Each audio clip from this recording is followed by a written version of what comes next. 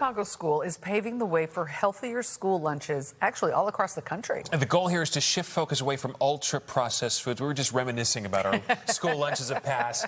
Looks nothing like that. NBC5's Kate Chappell's here in the studio to tell us more about it. Kate? That is for sure. So the Southside Charter School is one of just a handful across the country included in a federal pilot study testing if healthier options are feasible in a cost-effective way. And today, the FDA commissioner was in town to sample the product.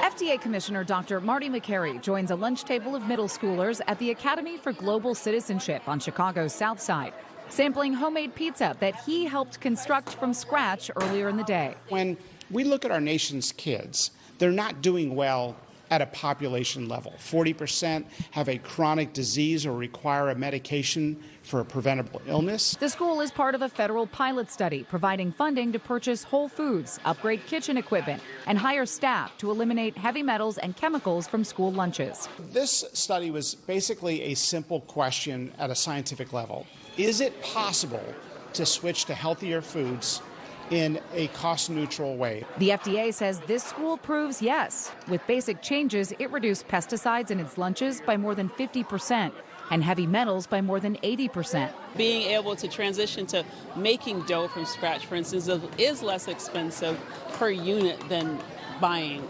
sheets of pizza dough. So just by cross-training our staff so that everyone knows how to do that has made it a more efficient process for us. Many of the ingredients grown on a farm on school property or sourced locally. So we know exactly what's in the ingredients, and not only that, but we know the people who are producing it. And there's no refined sugar in the kitchen.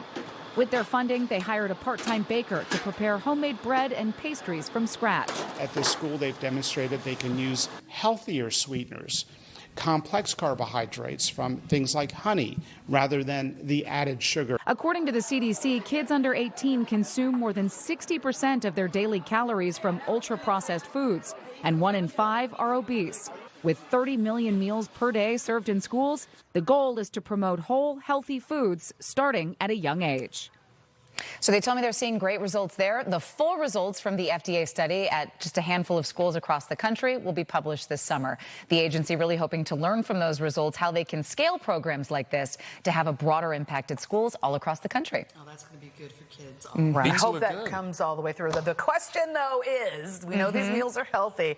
Do the kids like them? That is a great question. It seemed so. They all those plates were finished, and they told me the kids aren't afraid to let them know when they don't like them. So they've actually changed the menu a few times if the kids don't like it. So they get feedback. They rotate the menu constantly. They're asking for them to submit their own recipe ideas. They've had contests in the past. A little different than the chicken patty on a bun and butter noodles we were used to as kids, That was one of my favorites, okay? Mine too. Nostalgic. They were really good, but today's lunch did look pretty tasty. Yeah. All right. Tasty well, good and healthy. For them. Yeah, absolutely. Growing kids. Thank you. Thank you so Appreciate much. it, Kate. Appreciate it.